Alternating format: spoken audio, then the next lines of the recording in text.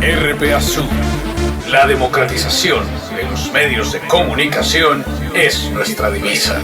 Ahora le vamos a dar paso a la señora Nelly Velandia, que está representando la coordinadora de la Mesa de Incidencia Política de Mujeres Rurales de Colombia. Tiene 10 minutos. Bueno, me habían dicho 20, pero trataré de reducirlos. Por favor, señor, por favor, dejemos que continúe el foro. Bueno, creemos que lo que se ha planteado acá del desarrollo rural con enfoque territorial hay que replantearlo. No más por el título, porque si es un desarrollo rural que no tenga enfoque de género y un enfoque diferencial, no hay desarrollo rural. Desde la Mesa de Mujeres Rurales hemos venido trabajando una propuesta de capítulo de mujer rural para que se tenga en cuenta en la nueva Ley de Desarrollo Rural. De verdad que nuestra intervención acá, muchas gracias a Naciones Unidas, ONU Mujeres, que hizo posible que se escuchara también la voz y las propuestas de nosotras las mujeres. Nosotras le apostamos a un capítulo de mujer rural precisamente por la invisibilidad, la inequidad en el acceso a los recursos productivos y también a que se ha venido fomentando esa brecha también entre hombres y mujeres en el sector rural. Desde la Mesa de Mujeres Rurales hemos, como les dije, hecho una propuesta de capítulo de mujer rural que va en unos 6 ejes muy grandes. Uno tiene que ver con el acceso a tierras, a un financiamiento preferencial, a una participación efectiva de las mujeres rurales, tecnología y comercialización, la prevención frente a todos los impactos del cambio climático que nos está afectando seriamente a hombres y mujeres del campo, y también a una inclusión preferencial en las políticas sociales. Frente al acceso a las tierras, vemos que en las estadísticas muestran que el 52.2% del total de la tierra está concentrada en el 1.1% de los propietarios. Entonces, ¿de qué paz estamos hablando con esta concentración de la tierra? De otra parte, a las mujeres realmente no solo nos han titulado el 26.5%. De ahí que el gobierno, si es cierto que se tumbó el Estatuto de Desarrollo Rural, ahora vienen las convocatorias públicas, cuando en la Ley 160 hombres y mujeres participábamos en la selección de beneficiarios para la tierra. Ahora no, ahora se hace todo sistematizado y no sabemos con quién nos va a tocar al lado, un desmovilizado, un desplazado, y eso nos pone en alto riesgo. De otra parte, no hay ningún tipo de acompañamiento de verdad de acuerdo a las condiciones y a las exigencias que nosotros tenemos. Frente al financiamiento, según un estudio de la Contraloría, solo hemos podido llegar en 10 años al 0.27% en el acceso al crédito. Entonces, ahí hay una gran diferencia. Por ejemplo, en el recorrido de este año, solamente a mujeres de bajos recursos se han desembolsado a 319 mujeres de los 4.800.000 mujeres que existimos en el sector rural.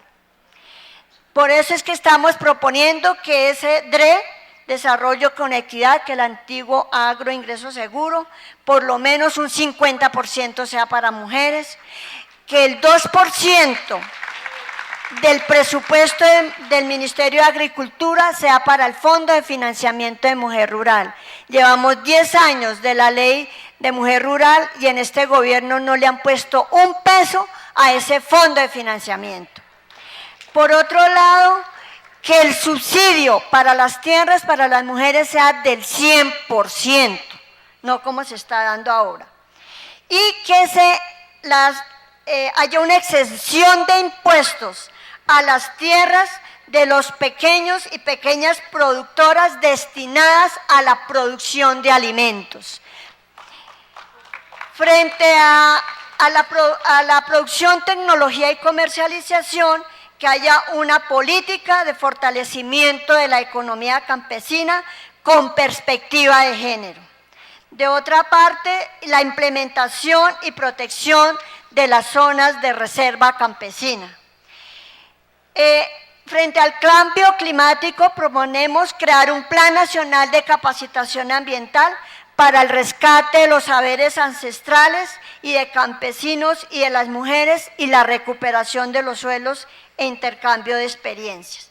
En la participación en la Ley 731 logramos que en el capítulo 5 las mujeres participemos en todos los espacios de toma de decisiones frente a las políticas dirigidas a las mujeres y al sector rural, pero eso no está funcionando. Nosotras vemos, y es una alerta, frente a las propuestas de gobierno en la nueva Ley de Desarrollo Rural. Uno tiene que ver con la UAF.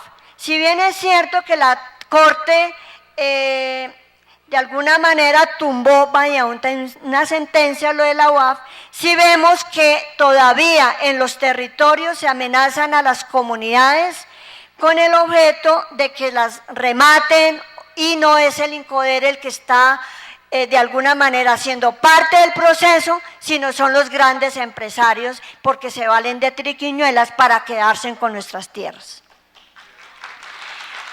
Frente al derecho real de superficie, decimos que se quiere tomar aquí como se hacen los apartamentos. Uno es el dueño de la tierra, pero el piso de encima son otros los dueños. Donde a 50 años nos obligan prácticamente a entregar ese título de propiedad de esas inversiones.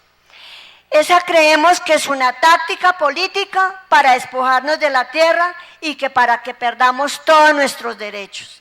Se pierde el derecho de dominio sobre nuestra tierra al hacernos firmar los contratos. Conclusión, no le vamos a dejar ningún tipo de herencia a nuestros hijos e hijas, sino un sarta de problemas, y son los grandes empresarios los que se quedan con estas tierras.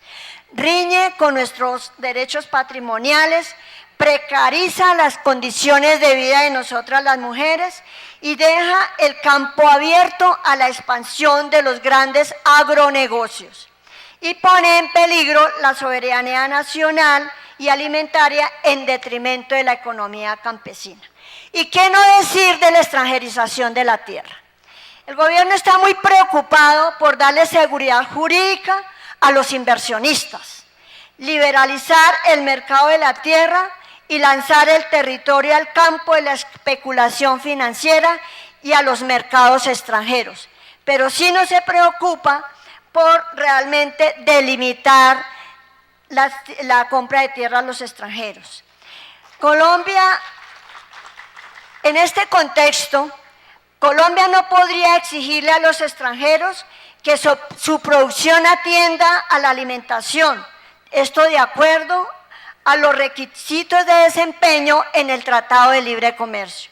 De otra parte, la extranjerización de las tierras es una de las principales amenazas de la soberanía y seguridad alimentaria.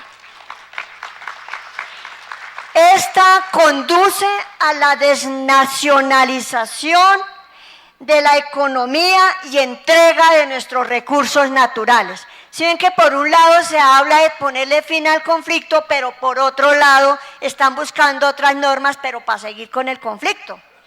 Entonces, de otra parte, se dice desde el gobierno que lo que está planteando el Congreso, algunos congresistas, de ponerle límite a la propiedad, se dice que restringe la inversión extranjera y que incluso hay más de 1.000 millones de pesos quietos porque no han podido invertirlos con esos grandes empresarios que van a desarrollar supuestamente nuestro país. La misma FAO, la misma Naciones Unidas ha hecho alertas frente a este tema. Como para manera de ejemplo, vemos que cómo se han venido apoderando de nuestras empresas, de nuestras tierras. En un estudio que hizo Revista Portafolio, menciona que la empresa Cargill en la antillanura colombiana tiene un proyecto de cereales de 90.000 hectáreas en el Meta con una inversión de 100.000 millones de pesos para la compra de tierras. En Puerto Gaitán, una boliviana tiene 12.000 hectáreas, de las cuales ha hecho inversiones por 20 millones de dólares. En Pibijay, Magdalena, por ejemplo, donde un israelita ha invertido 300 millones de dólares en la compra de 10.000 hectáreas. En el Magdalena Medio, un grupo de Argentina explota no menos de 1.000 hectáreas en soya y maíz. En el Sinú opera una empresa reforestadora con compañías de Chile y Europa con 100.000 hectáreas. Y por otro lado están que llegan los brasileros y los argentinos para sembrar grandes volúmenes de soya. Creemos que las acciones que se deben adelantar tienen que ver con el exigir la restitución de la tierra, pero que tengamos dominio sobre ellas y no que estén comprometidas con inversionistas y que nos la entreguen libres de plantaciones para producción de alimentos de la canasta básica. Que se deben promover las audiencias regionales y congresionales que posibiliten el diálogo directamente con las comunidades. Si de verdad el gobierno le apuesta a una paz integral y duradera, debe plantear dos principios. En primer lugar, la producción de alimentos y reconocer el papel de la economía campesina. Asignar presupuestos sensibles al género. Aquí se dice que son asistencialistas cuando es para los más empobrecidos, pero para los ricos se les llama inversión. Entonces, ¿cómo se llama realmente? Entonces, no puede seguir. Se deben generar instrumentos técnicos y jurídicos con condiciones favorables para el acceso a las mujeres de bajos recursos. De otra parte, se deben adelantar acciones que conduzcan a superar las causas del conflicto social y armado. Debemos apoyar la propuesta de ley alterna promovida por la Mesa de Unidad Agraria si realmente queremos una paz en el país. Igualmente, se deben eliminar todas las formas de violencia hacia las mujeres porque no podemos seguir siendo botín de guerra. Se reactive el fondo Capacitar para la reconstrucción del tejido social. No se le ha puesto más de 10 años un peso a este fondo. Por último, que se incorpore el capítulo de mujer rural con sus 14 puntos en la nueva ley de desarrollo rural y que se den salidas a atender el tema de la deuda campesina, porque el siguiente año va a ser un número mayor de expropiados por las entidades financieras. Entonces no podemos, por un lado, por una ley decir que se van a restituir tierras y por el otro lado se le está quitando por los grandes inversionistas y por las entidades financieras. Gracias.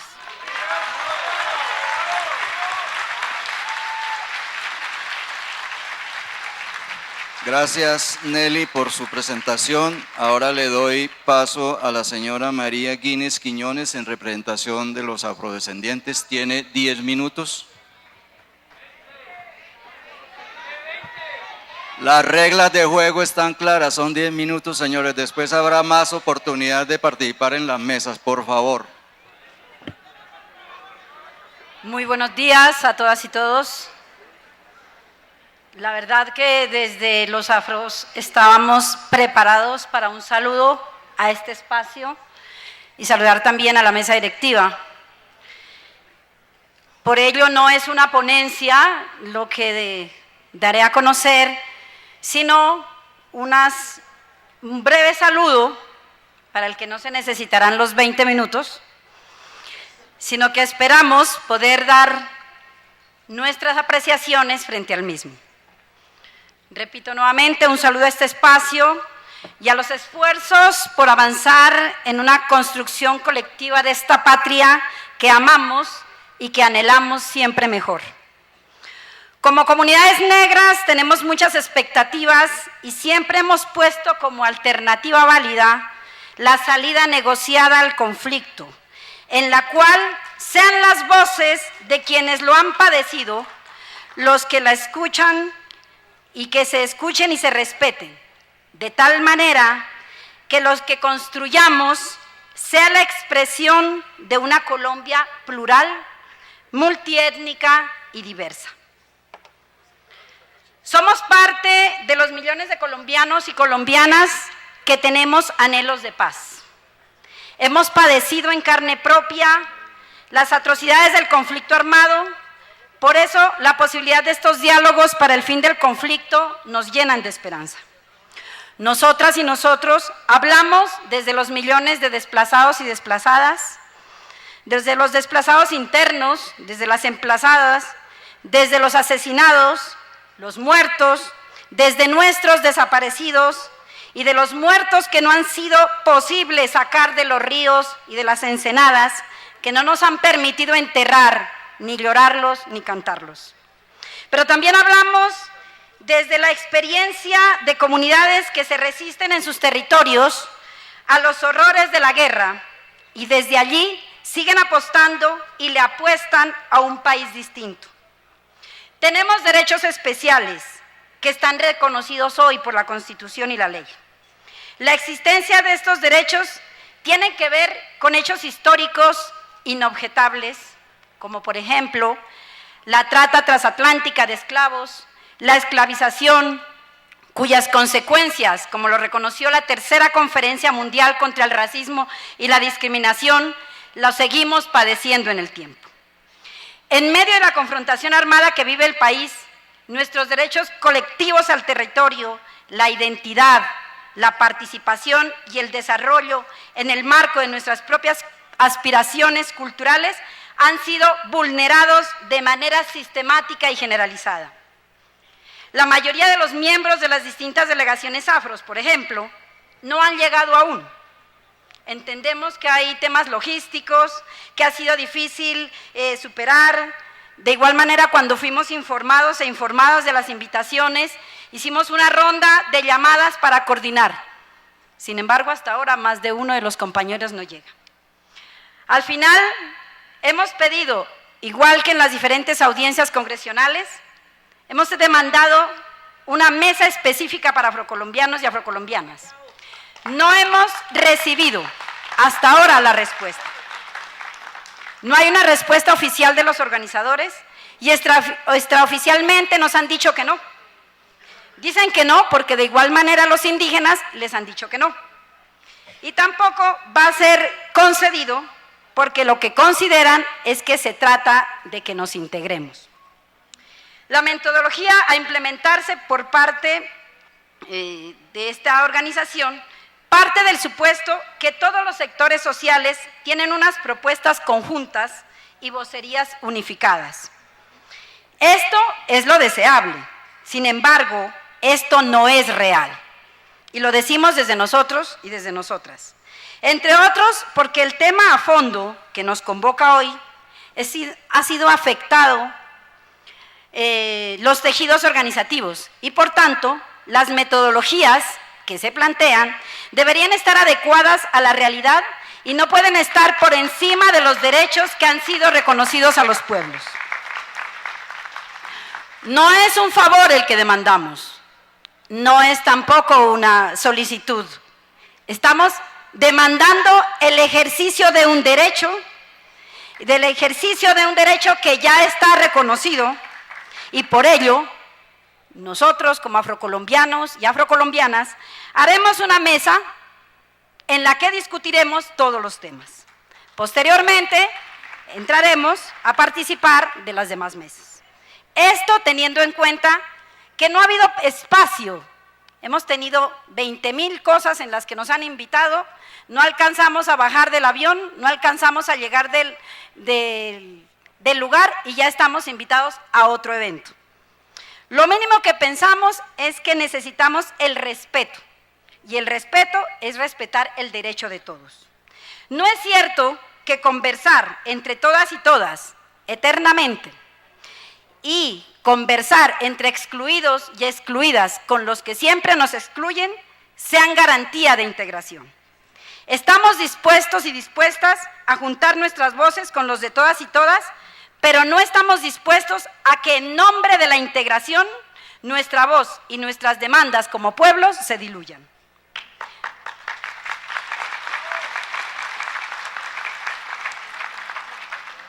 Si las conversaciones y la participación de los sectores sociales en espacios como estos no parten de los derechos que están reconocidos y no aseguran los principios de regresión de los mismos y progresividad, iremos por un mal camino. Es el mensaje que queremos transmitir y que cuando hagamos la mesa afrocolombiana les quede claro. Haremos nuestra mesa e invitamos a todos los afrocolombianos y afrocolombianas y a los que también lo deseen así, a desobedecer la metodología en el espíritu de nuestros ancestros. No lo hacemos pensando en llevar la contraria, sino sencillamente pensando en que es un derecho adquirido. ¿En qué medida? En la medida en que el tema a tratar, territorio y nuestra opción de futuro, requiere tiempo para pensarlo. Son temas fundamentales para la pervivencia y la realización efectiva de los derechos que hombres y mujeres, colombianos y colombianas, venimos construyendo como expresión de la vida, de la alegría, de la esperanza y de la libertad, en territorios que a su vez son la esperanza de futuro, porque los hemos cuidado y seguiremos protegiéndolo con nuestras vidas y con nuestros sueños. Esperamos que la palabra escrita se cumpla, en el sentido de que estos espacios sean de participación efectiva y de consensos, porque la palabra dada y el ejemplo de nuestros mayores ya fueron mancillados en el preciso momento en que permitimos que la guerra entre hermanos llegara hasta lo que es hoy.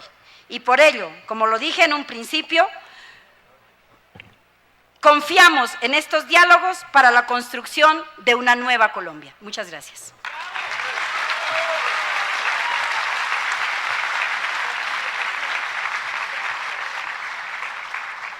Pero muchas gracias, María, por su presentación y también por sus reclamos.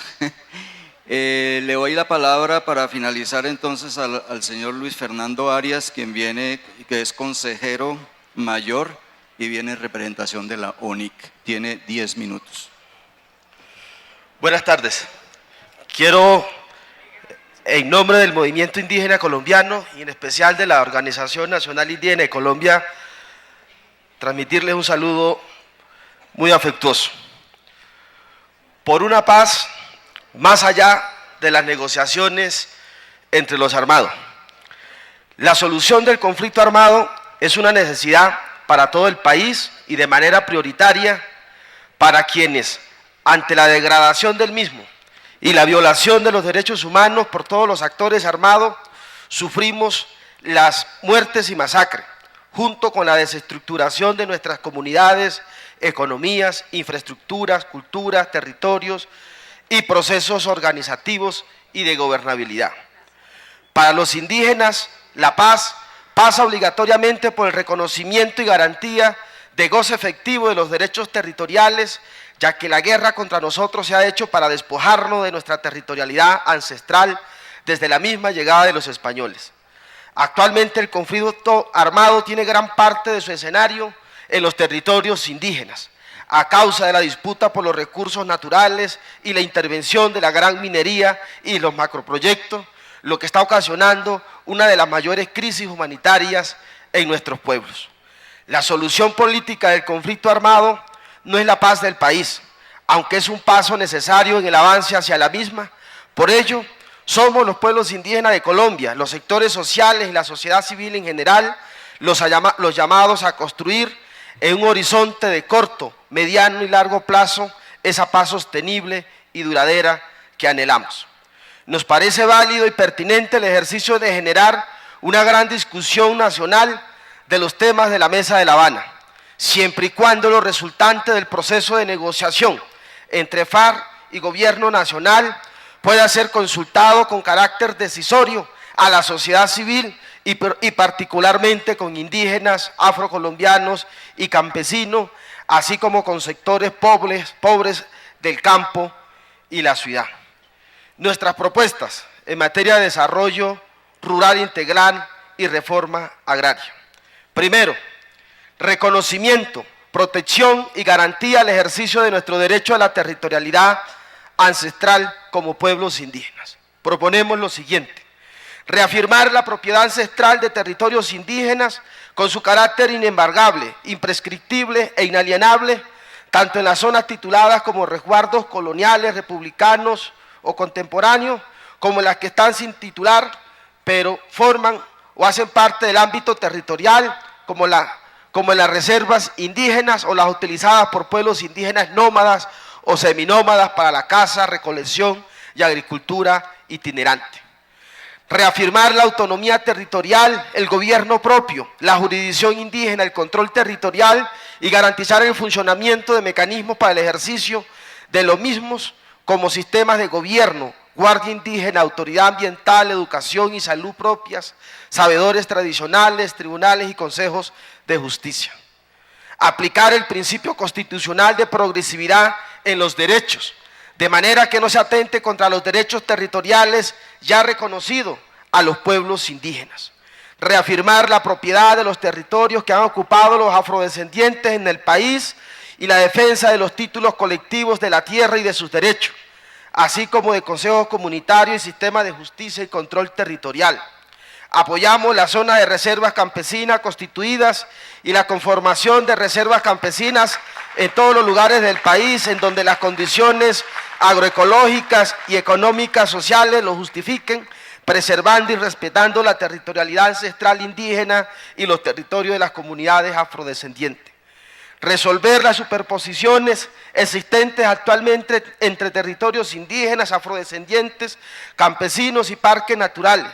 No se constituirán nuevos parques naturales en territorios indígenas, de no ser aquellos que cada pueblo de manera autónoma decida en uso de sus atribuciones conferidas por el artículo 330 de la Constitución.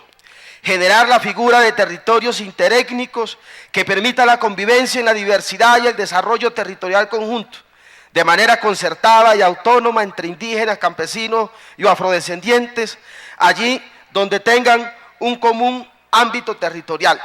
Algunas de las características propuestas para estos territorios son que sea una figura de propiedad colectiva de los pueblos y comunidades que lo habitan, que haya gobierno único del territorio interétnico con participación plural de indígenas, campesinos o afrodescendientes, que hagan parte del mismo, así como pluralismo jurídico y jurisdicciones administrativas por etnias o sectores, que tengan un plan de manejo compartido de los recursos y un modelo económico, social y ambiental propio, ordenado por un plan de vida interétnico que garantice un manejo ecosistémico del territorio.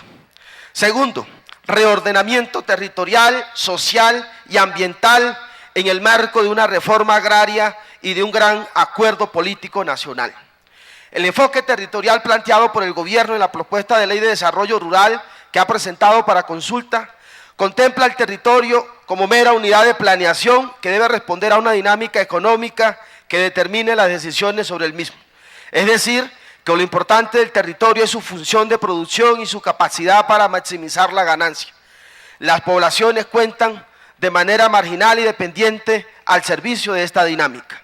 Desde lo indígena reivindicamos un enfoque con énfasis en las poblaciones que habitan y realizan su vida en el territorio y que por lo tanto constituyen y se constituyen en él. El objetivo es la permanencia de las poblaciones en sus territorios de una manera sostenible y con garantía de derechos económicos, sociales y culturales, con características diferenciales, étnicas y de género.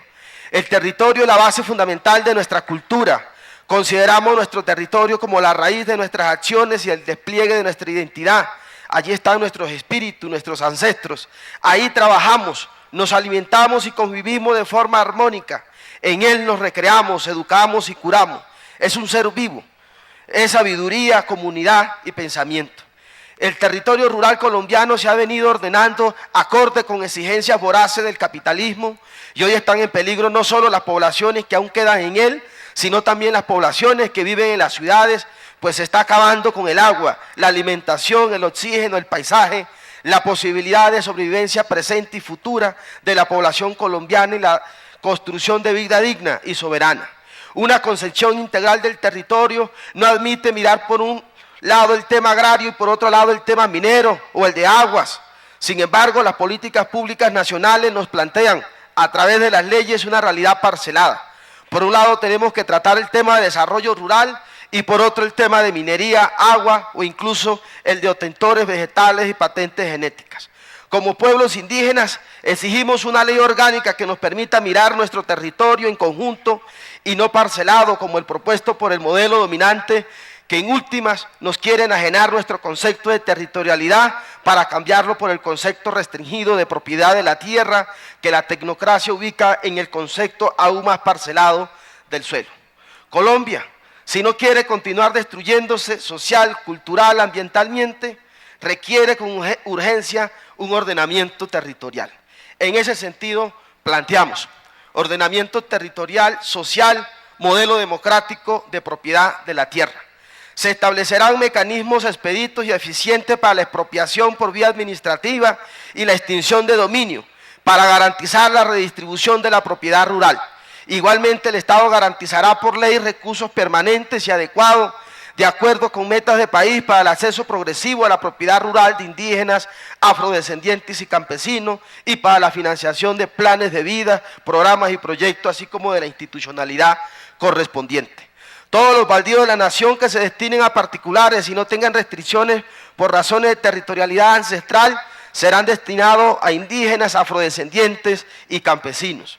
Con el mismo criterio anterior, se procederá con todos los bienes que constituyan o lleguen a formar parte del Fondo de Tierra de la Nación, ya sean resultado de extinción de dominio, compra por el INCODER, expropiación administrativa o de confiscación por origen ilegal, irregular o mal habido. Además de la prohibición de titulación de baldíos, las normas regularán la inversión extranjera en tierras en el resto del país. Para evitar el acaparamiento por parte de empresas extranjeras, se limitará la compra de tierra por parte de personas naturales extranjeras, no nacionalizadas, a un tope máximo de 2 unidades agrícolas familiares.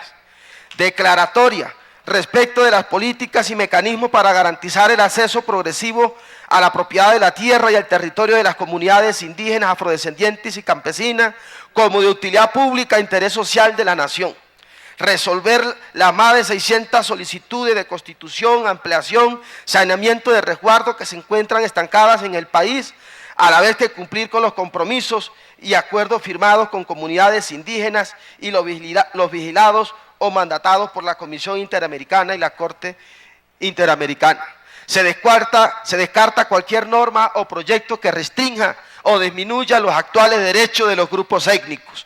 No aceptación de la figura de derecho real de superficie, pues una manera en las condiciones actuales del país de colocar una nueva herramienta para legalizar el despojo territorial que se ha realizado a los millones de desplazados y una argucia para dar a los grandes empresarios, a los extranjeros, las tierras que en principio no podían recibir de acuerdo con otras normas propuestas. Derecho a la soberanía alimentaria, al agua, al ambiente, a los planes de vida de las comunidades campesinas, indígenas y afrodescendientes. Defendemos el derecho a producir nuestra propia comida como ejercicio a la resistencia. Reconocimiento de territorios indígenas, afrodescendientes, campesinos como zonas agroalimentarias libres, donde exista pleno acceso al intercambio de semillas sin ninguna restricción. Políticas de apoyo a la producción agropecuaria, pesquera y artesanal, a las economías solidarias y comunitarias, diferencialmente en el caso de pueblos indígenas y afrodescendientes. Las decisiones en la implementación del desarrollo rural y reforma agraria deben garantizar la participación y decisión de las comunidades indígenas, campesinas y afrodescendientes en cada uno de los niveles territoriales, nación, departamento y municipio. Ordenamiento territorial ambiental. Los mecanismos para superar el actual uso insostenible de los territorios se deben orientar a aprovechar adecuadamente las potencialidades del territorio.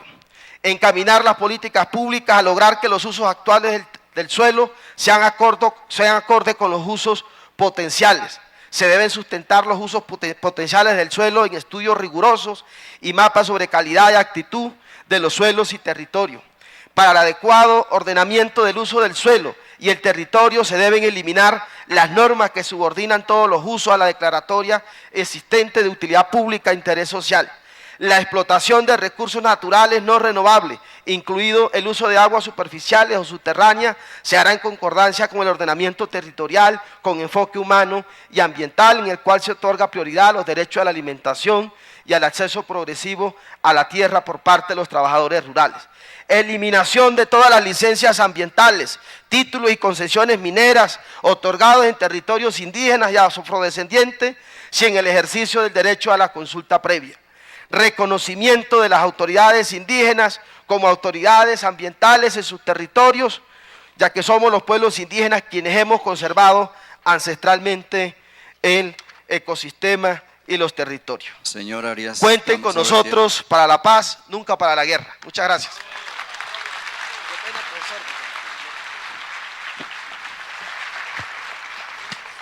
RPA Sur. La democratización de los medios de comunicación es nuestra divisa.